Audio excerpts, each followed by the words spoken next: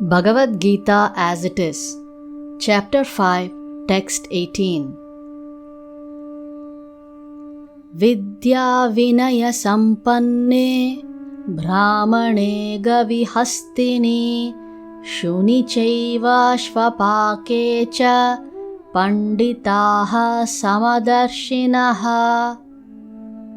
Synonyms: Vidya, education; Vinaya, gentleness; Sampanne, fully equipped; Brahmane, in the Brahmana; Gavi, in the cow; Hastini, in the elephant; Shuni, in the dog; Cha, and; Eva, certainly; Shvapake, in the dog-eater, the outcast; Cha, respectively; Panditaha, those who are so wise; Samadarshinaha, do see with equal vision. Translation: The humble sage, by virtue of true knowledge, sees with equal vision a learned and gentle Brahmana, a cow, an elephant, a dog, and a dog-eater outcast. Purport: A Krishna-conscious person does not make any distinction between species or castes. The Brahmana and the outcast may be different from the social point of view, or a dog, a cow, or an elephant may be different from the point of view of species, but these differences of body are meaningless from the viewpoint of a learned transcendentalist. This is due to their relationship with the Supreme, for the Supreme Lord, by his plenary portion as Paramatma, is present in everyone's heart. Such an understanding of the Supreme is real knowledge.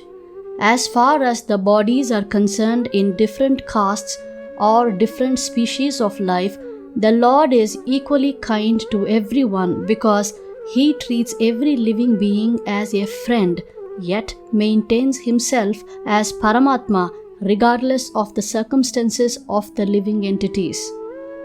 The Lord as Paramatma is present both in the outcast and in the Brahmana, although the body of a Brahmana and that of an outcast are not the same. The bodies are material productions of different modes of material nature, but the soul and the super soul within the body are of the same spiritual quality. The similarity in the quality of the soul and the super soul, however, does not make them equal in quantity, for the individual soul is present only in that particular body, whereas the Paramatma is present in each and every body. A Krishna-conscious person has full knowledge of this, and therefore he is truly learned and has equal vision. The similar characteristics of the soul and super soul are that they are both conscious, eternal, and blissful. But the difference is that the individual soul is conscious within the limited jurisdiction of the body, whereas the super soul is conscious of all bodies. The super soul is present in all bodies without distinction.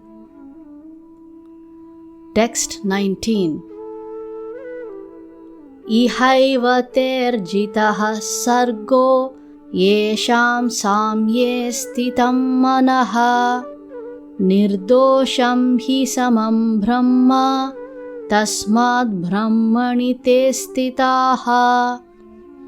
Synonyms: Iha, in this life; Eva, certainly; Teihi, by them; Jitaha, conquered; Sargaha, birth and death; Yesham, of those; Samye, in equanimity; Sthitam, so situated; Manaha, mind; Nirdosham, flawless; He, certainly; Samam, in equanimity; Brahma, the Supreme; Tasmat, therefore; Brahmani, in the Supreme; Te, they; Stitaha are situated.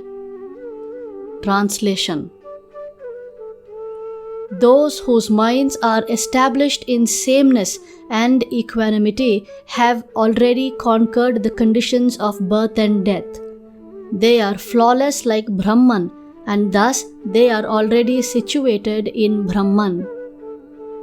Purport: equanimity of mind, as mentioned above, is the sign of self-realization. Those who have actually attained to such a stage should be considered to have conquered material conditions, specifically birth and death. As long as one identifies with this body, he is considered a conditioned soul. But as soon as he is elevated to the stage of equanimity through realization of self, he is liberated from conditional life. In other words, he is no longer subject to take birth in the material world, but can enter into the spiritual sky after his death. The Lord is flawless because he is without attraction or hatred.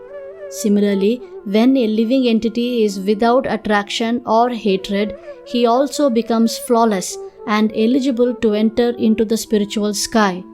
Such persons are to be considered already liberated, and their symptoms are described below. Text 20. Na prahrishyet priyam prapya, no dvijet prapya cha priyam, stira buddhira sammudho, brahma vid brahmani stitaha.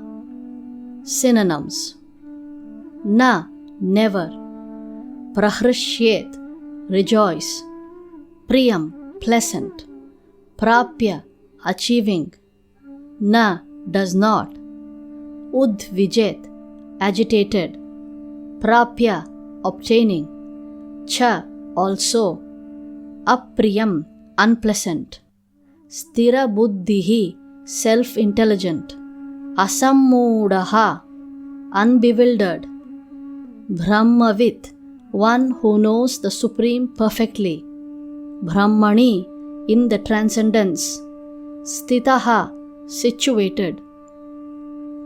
Translation: a person who neither rejoices upon achieving something pleasant nor laments upon obtaining something unpleasant, who is self-intelligent, unbewildered, and who knows the science of God, is to be understood as already situated in transcendence.